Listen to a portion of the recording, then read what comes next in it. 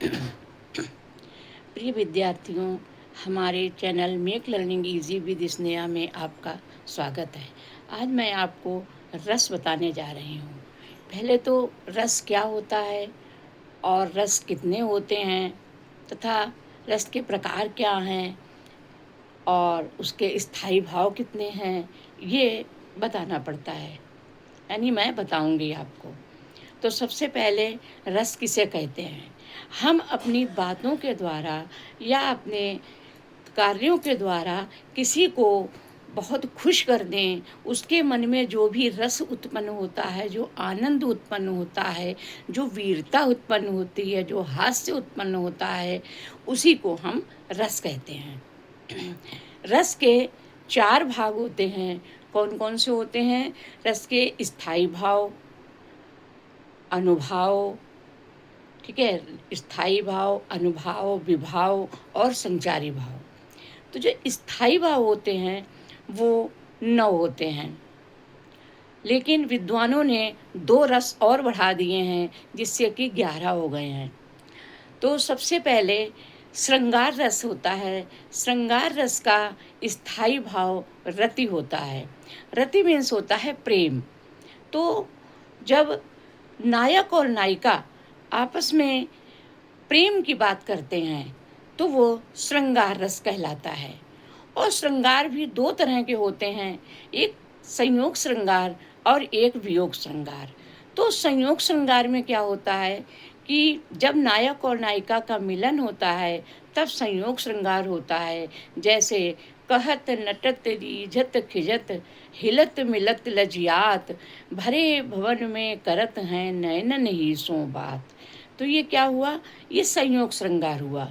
और वियोग श्रृंगार क्या हुआ कि जब से मतलब भगवान कृष्ण मथुरा गए हैं तब से हमें यहाँ पर कुछ भी अच्छा नहीं लगता है।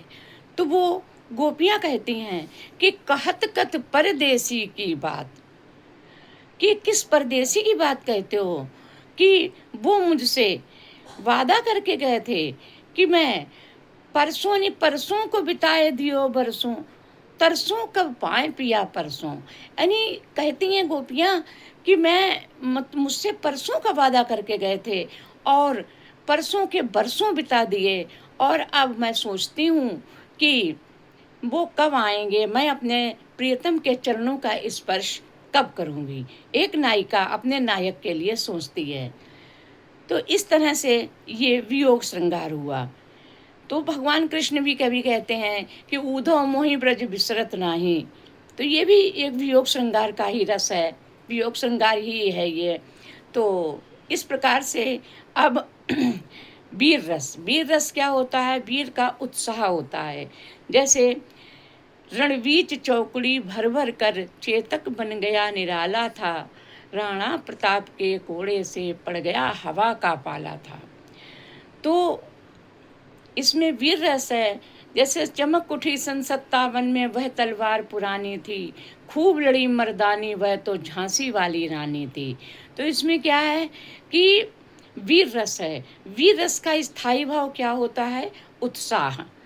जिसको पढ़कर के मन में उत्साह उत्पन्न हो, वीरता उत्पन्न हो, ओज उत्पन्न हो, साहस हो, वो क्या कहलाते हैं?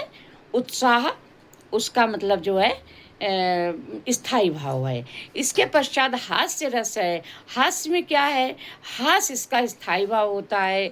जैसे बिंद के वासी उदासी महाव्रतधारी महाबिनु नारी दुखारे, गौतम तीय तरी तुलसी त भये मुनि वृंद सुखारे। यानी और हुई शिला सब चंद्रमुखी पर से पद मंजुल कंज तिहारे।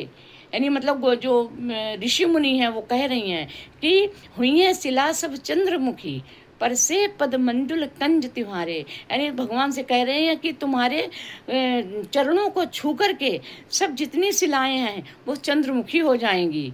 और हुई शिला सब चंद्रमुखी पर से पद मंजुल कंज तिहारे, कीनी भली रघुनायक जू कानन को पगुधारे। यानी कह रहे हैं कि आपने रघुनायक बहुत अच्छा किया कि जो कानन के लिए यानी जंगल के लिए आप पधार रहे हैं।